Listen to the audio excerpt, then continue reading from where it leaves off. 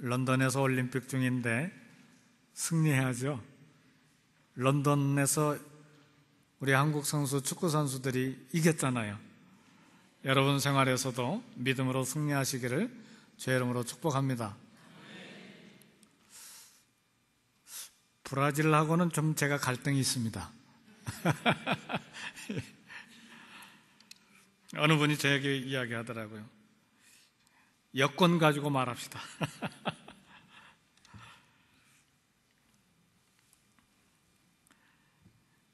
처음 오신 분들은 무슨 이야기인지 웃지도 못하고, 제가 브라질 선교사 18년 했거든요. 이거 갈등이죠. 며칠 전에 온 편지가 있습니다. 제다 소속 선교사로서 베트남에 가서 사역하시는 이소영 선교사님, 사모님이시죠. 제다 선교회는 우리 임갑순 선교사님이 소속된 선교회입니다. 베트남에 계신 이기성 선교사님의 사모 이소영 선교사님이 갑상선 암이 걸렸는데 너무 많이 여러 곳에 전이가 돼가지고 목에 있는 여러 장기들을 떼어냈습니다. 근데 마지막에 성대까지 떼어내가지고 우리 이 사모님이 영원히 이제 더 이상 말하지 못하는 그런 안타까운 소식을 들었습니다. 오늘 힘있게 찬송하는 이것, 거대한 특권이신 줄 믿고 감사하시기를 바랍니다. 저는 이 편지 받고 아주 마음이 너무 힘들었어요. 말할 수 있는 이 혀 주신 하나님, 감사해 보신 적 있나요? 근데 그 혀 가지고 생명의 말을 전해야 될 텐데 시기하고 질투하고 남 헐뜯고 안 좋은 말 하는 경우가 얼마나 많습니까? 지난주에는 브라질에서 23년, 4년 사역하고 있는 선교사님 한 가정 소식을 들었는데 제 동기 선교사님 됩니다. 벌써 20여 년이 훨씬 넘은 베테랑 선교사님인데 집에 강도가 들어왔어요. 얼마나 충격을 받았는지 그 집에 더 머물지 못하고 하필이면 피난 왔는데 제가 18년 동안 사역했던 선교지 이따빼비 선교관에 와가지고 피신에 와가지고 거기서 마음을 이렇게 다스리면서 좀 안정을 취하고 있다는 소식을 들었습니다. 이제 왜 이런 말씀을 드리냐면 우리는 이런 여러 가지 질병에 관한 그리고 사건에 관한 그런 여러 가지 상황에서 하나님을 향한 궁금한 질문이 있어요. 왜 하나님께서는 어떤 분은 질병에서 기적적으로 고침을 받게 해서 살려주시는가?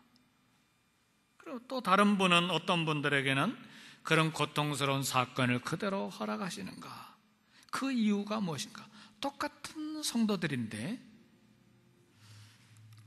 왜 하나님은 어떤 분들은 강도를 만나지 않도록 피하게 하시는데 제가 18년 동안 강도를 한 번도 만나본 적이 없어요.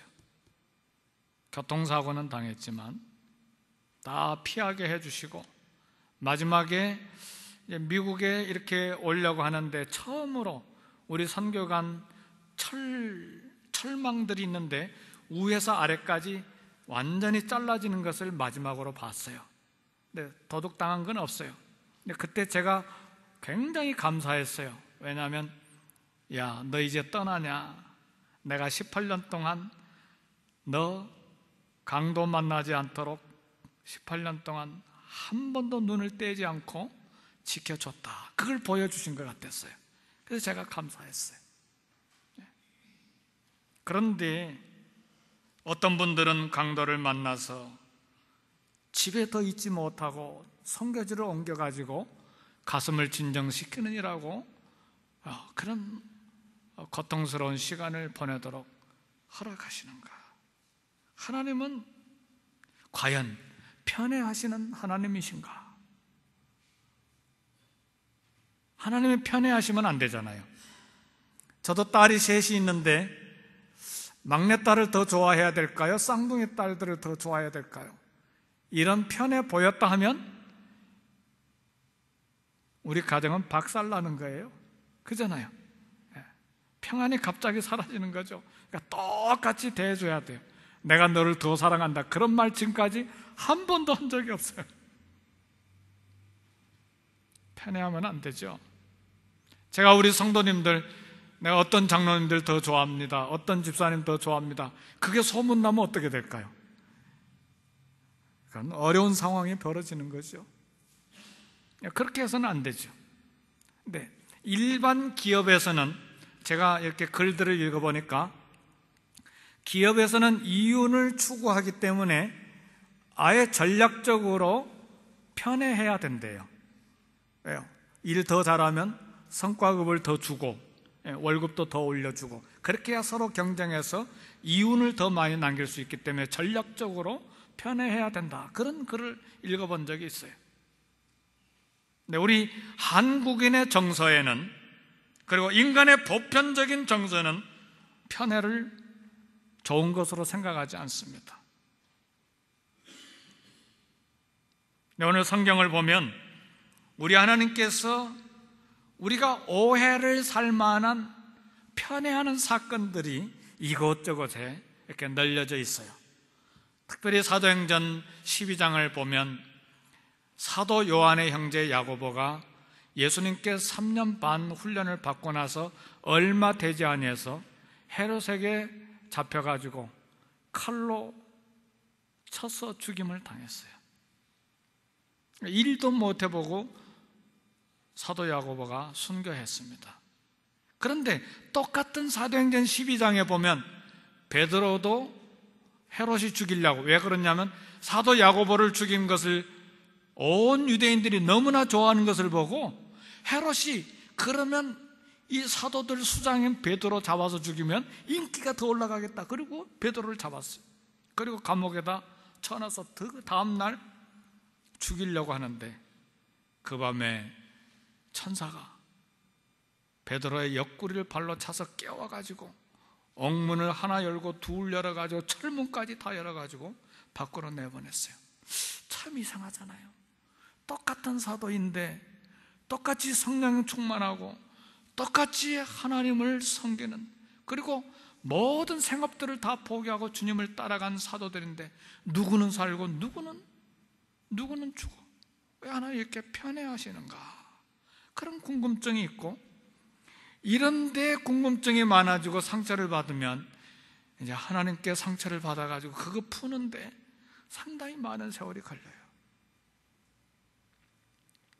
오늘 이 부분을 해결하는 것이 설교의 주제는 아닙니다. 근데 서론으로 이 부분을 좀 터치를 합니다. 사랑하는 성도 여러분, 하나님은 감옥에서 어떤 때는 사람을 빼오기도 하시고 어떤 때는 그대로 감옥에다 두기도 하십니다. 그렇게 해서 순교하기도 하세요. 근데 우리는 하나님의 비밀을 다 알지 못해요. 성도 여러분, 누가 우리 삶의 현장에서 일어나는 모든 사건들을 다 해석하고 다 이해할 수 있는 능력과 지력이 있습니까? 때때로 하나님께서 우리에게 말씀으로, 성경 구절로 성령께서 또 우리 마음을 감동시켜서 알려주시는 것도 있지만 대부분의 경우에는 비밀에 붙여지는 경우가 많아요. 물론 기도해서, 열심으로 기도해서 그 이유를 알 수도 있겠지만 너무 깊게 들어가서 그것을 너무 알려고 애를 쓰지 마세요. 하나님이 알려주시면 감사하고, 안 알려주시면 천국 갈 때까지 궁금증으로 가지고 있다가 우리 주님 만날 때 컴플레인도 하시고 물어보기도 하시고 그때 해결을 보세요. 아멘입니까? 기억하고 알아야 되는 모양이죠? 아무도 안 하면 안 하시는 거 보니까. 성도 여러분, 하나님의 신비한 섭리에 속한 일들이 우리 주변에 얼마나 많은지 몰라요. 그러나 분명한 것은 오늘 우리가 우리 안에 정립해야 될, 그리고 확립해야 될 분명한 신앙의 요소가 하나 있는데, 살아서 하나님께 영광을 돌릴 수 있다면 살고, 죽어서 하나님께 영광을 돌릴 수 있다면 죽는 것도 영광인 것을 알아야 돼요. 그래서 히브리서 11장에 보면 믿음으로 누구는 이렇게 하고, 믿음으로 구차히 살 생명을 구하지 아니하고, 믿음으로 또 하나님 앞에 기꺼이 순교하고, 어떤 사람들은 믿음으로 몸이 톱으로 잘리기도 하고, 믿음으로 토굴 속에서 살다가 그대로 죽기도 하고, 믿음으로. 그러니까 살아나는 것만이 하나님의 영광이 아니고, 순교하고 희생하는 것도 하나님의 영광을 위해서 존귀하게 쓰임받는다는 사실을 믿으시기를 주의 이름으로 축복합니다. 그래서 세례 요한도 일찍 하나님 앞에 생명을 드린 것이잖아요. 그래서 로마서 14장 8절은 말합니다. 우리가 살아도 주를 위하여 살고 죽어도 주를 위하여 죽나니 사나 죽으나 우리가 주의 것이로라. 살아도 주를 위해서 살고 죽어도 주를 위해서 죽나니 사나 죽으나 우리가 주의 것이로라. 하영조 목사님, 온누리교회 하영조 목사님의 글을 읽어보니까 성도 여러분, 죽어도 축복입니다. 빨리 죽어서 주님과 함께 있는 것이 얼마나 큰 축복입니까? 그런 글을 읽어봤어요. 그분의 마음을 제가 이해를 했어요. 걸어다니는 병원이었잖아요. 간암 때문에 한 7번 수술하셨나요? 계속해서 피 가는 투석하고, 얼마나 살아있는 것 자체가 힘듭니까? 살아있는 동안에 말씀 전하고, 살아있는 동안에 주의 사역하겠다고 그 병원, 걸어다니는 병원을 끌고 다니면서 일하다가 하나님께서 마침내 편안하게 해주셨잖아요. 그러니까 그 고백을 이해할 수 있는 것이죠. 그러지 아니하다 할지라도 우리 젊은 세대의 젊은 나이에 하나님께서 이렇게 사용하시면 이렇게 쓰임받고, 저렇게 사용하시면 저렇게 쓰임받는 것이 하나님께 영광이 된다면 기꺼이 우리의 삶을 쓰시도록, 주가 쓰시겠다 하면 주님께 드려야 된다는 것이죠. 그것이 우리의 믿음이죠. 우리의 모든 믿음의 선배들이 그렇게 살았어요. 꼭 내 소원이 성취되어야만 그게 하나님께 영광인가? 그렇지는 않습니다. 우리 처음 믿을 때는 그런 믿음으로 살아요. 그러나 장성한 믿음에 우리가 들어가면 이제는 하나님 기쁘신 뜻대로 내 삶을 사용해 주세요. 내 삶을 마음껏 주의 영광 위해서 사용해 주세요. 그것이 철들은 신앙이니라. 저는 그렇게 믿습니다. 아멘입니까? 아멘. 어떤 형편이든지 하나님의 영광을 위해서 쓰임받는 믿음이 있기를 주님의 이름으로 축복합니다. 네, 오늘 사도행전 본문 5장에는 우리가 우울하게 생각하는 그런 것이 아니고 감옥에 갇힌 모든 사도들을 다 빼내신 기적의 역사가 일어났습니다. 이제 그 이유를 왜 감옥에 야고보처럼 그대로 두어서 순교하게 하지 아니하고 빼오셨는가? 지금은 빼오셨지만 결국은 나중에 보면 12사도들 대부분이 다 베드로까지 다 순교하고 주님 앞에 생명을 드렸습니다. 지금은 하나님이 살려내실 때이기 때문에 빼내오신 것입니다. 사도들의 손을 통해서 수많은 병자들이 고침을 받고 수많은 사람들이, 귀신 들린 사람들이 나음을 입으니까 대제사장과 사두개인들, 종교 지도자들이 시기와 질투가 나가지고 견딜 수 없어가지고 사람들을, 부하들을 보내가지고 사도들을 다 잡아서 감옥에다 쳐놨어요. 그리고 그 다음날 이제 재판하기 위해서 사내들인 공회가 열릴 순간입니다. 그러나 하나님이 그날 밤에, 언제? 밤에 주의 사자 천사를 보내가지고 단단히 잠겨져 있는 옥문을 열고 사도들을 다 빼내셨어요. 이런 기적이 일어났어요. 기적적으로 살려내심으로 무엇인가 우리가 알지 못하는 하나님의 영광을 위하여 쓰시기를 원하셨기 때문에 이 기적을 일으키신 것입니다.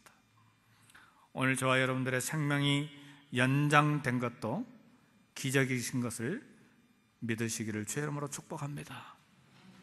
아까 말씀드렸죠? 혀가 있어서 찬송하고 말할 수 있는 것, 이 자체가 기적이에요.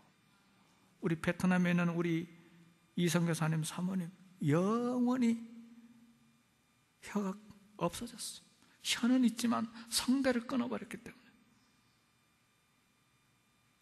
우리에게 혀 주신 목적, 볼 수 있는 눈, 감각할 수 있는 이 손가락, 걸을 수 있는 이 능력, 이 모든 것이 다 기적입니다.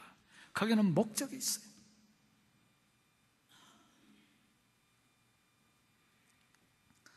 사도행전 5장 18절에서 20절을 보니까 사도들을 잡아다가 옥에 가두었더니 주의 사자가 밤에 옥문을 열고 끌어내어 이르되 가서 성전에 서서 이 생명의 말씀을 다 백성에게 말하라. 주의 사자를 보내서 사도들을 끌어내면서 명령하신 메시지가 있어요. 이것이 지금 오늘 이 시간에 우리가 포커스해야 될 중요한 주제예요. 왜 하나님은 이번에는 그들을 감옥에서 건져내셨는가? 하나님이 베푸신 기적에는 목적이 있고 하나님이 베푸신 기적에는 사명이 있어요. 이 기적과 사명에는 관계가 있어요. 이 둘 사이에 관계가 있다 그 말입니다. 하나님이 베푸시는 기적, 사명은 서로 관계가 있는데 감옥에서 빼내신 것은 감옥 밖에서 해야 될 사명이 있기 때문에 빼내신 것이에요. 기적을 베푸신 중요한 이유는 하나님께 영광을 돌려야 될 중대한 사명이 있기 때문에 기적을 우리 가운데 베푸신 거예요. 오늘 저와 여러분들이 미국 땅에서 생존하고 호흡하고 사는 이 기적과 같은 역사는 사명이 있기 때문에 우리의 생명과 호흡이 연장됐다는 사실을 믿어야 돼요. 언젠가 저도 그런 간증한 적이 있잖아요. 1977년 7월 7일 날 군에 있을 때 비를 다 맞고 군 부대에 들어가는 바람에 그 1, 2분 사이에 내 선임 병사가 대신 일하러 나갔어요. 제가 나가야 돼요. 제일 쫄병이니까. 그게 군대 법칙이잖아요. 제일 쫄병부터 나가니까 제가 나가야 되는데 비를 다 맞고 들어왔기 때문에 1, 2분 사이에 갈아입는 동안에 그럼 내가 나가지 하고 그분이 나갔어요. 네. 다른 4명하고 산사태가 나서 죽었어요. 그분 서울대학 나오고 어머니가 머리에 광주리에 물건 팔아가지고 공부시켰어. 서울대학 졸업했어요. 그래서 사당도에 있는 서문여고 수학과 선생님 하다가 고등학교 선생님 하다가 왔어요. 제가 내관에서 성경 읽을 때마다 무릎 꿇고 기도했던 사람이에요. 우리 같이 하나님을 믿는 사람인데 왜 그 사람 죽게 만들고 저는 살게 만드셨는가? 제가 깨달은 것이 있어요. 고등학교 다닐 때 여의도 광장에서 빌리그레암 목사님이 선교사로 나갈 사람 일어나세요 할 때 그때 서운했던 그거 하나님이 기억하시고 브라질에 가서 선교사 해야 될 사명 때문에 나를 살려주셨구나. 저 이거 평생 잊지 않습니다. 지금도 담임 목사지만 선교사로서 담임 목사하고 있는 걸 아셔야 돼요. 제가 잊을 수가 없어요. 제 생명을 구원해 주신 목적이 있잖아요. 아니 그 우리 친구 수학선생 서문여고 수학선생 하던 그분은 하나님 사랑 안 하십니까? 왜 제 목숨하고 바꾼 이유가 뭐예요? 사명이 있다 그 말이죠. 목적이 있다 그 말이죠.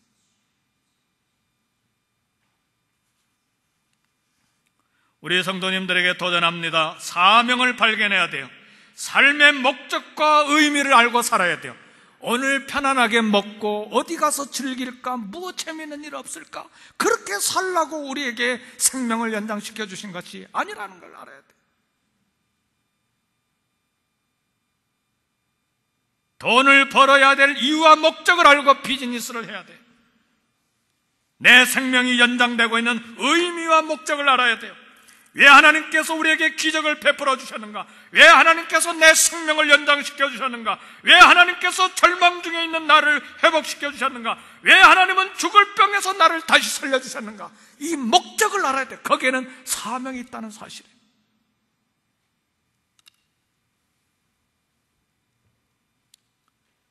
내가 감당해야 될 사명이 있기 때문에 오늘 나에게 이 환경을 허락하셨어. 많은 사람들이 위기를 만나면 하나님께 약속을 하죠. 여기에서 건져주시기만 하시면 하나님 내가 헌신하겠습니다. 대부분 건져주시면 다 약속 잃어버리죠. 소원 잃어버리죠. 비즈니스 잘 돼도 그냥 내가 잘해서 잘한 거지 뭐. 질병에서 고침을 받아도 한두 달 지나면 다 까먹어버리고 소원도 잊어버리고 약속도 잊어버리고 문제가 다 해결되면 다 잃어버리죠.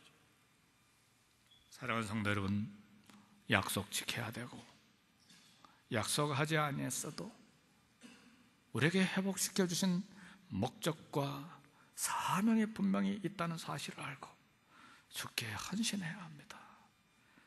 날마다의 생활을 값어치 있게 살아야 돼요.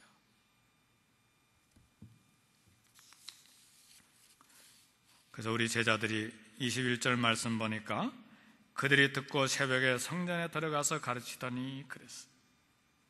건짐을 받고 생명의 말씀을 전하라고 하는 명령을 받았어요. 그래서 이 제자들이, 이 사도들이 감옥에서 나왔을 때 본능적으로 도망가가지고 어디 가서 숨은 것이 아니고 나오자마자 새벽에 성전에 가서 말씀을 전했어요. 저 같으면 두 번 다시 안 잡히기 위해서 어디 가서 숨었을 것 같아요.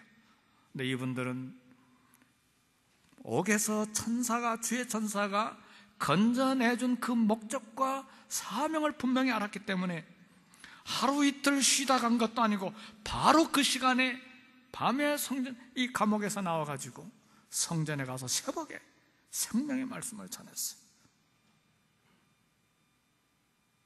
오늘 이것을 우리가 배워야 합니다. 새벽이라고 하는 단어는 순종을 의미해요. 낮 시간 잠자고 오후에 가지, 그것도 아니고 바로 그 자리에서 성전에 갔어요.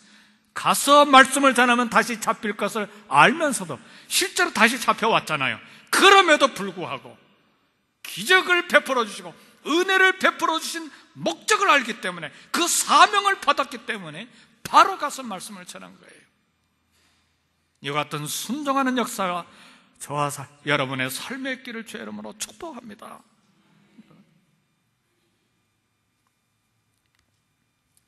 숨는 사람이, 피하는 사람이 생명을 얻는 것이 아닙니다. 독한 사람이 세상을 차지하는 것이 아니에요. 사납고 강한 사람이 이 세상을 이기는 것이 아니에요. 온유한 사람이 땅을 차지하고 순종하는 사람이 세상을 이기는 것입니다. 이 조그만 무리들이 순종함으로 로마를 이겼잖아요.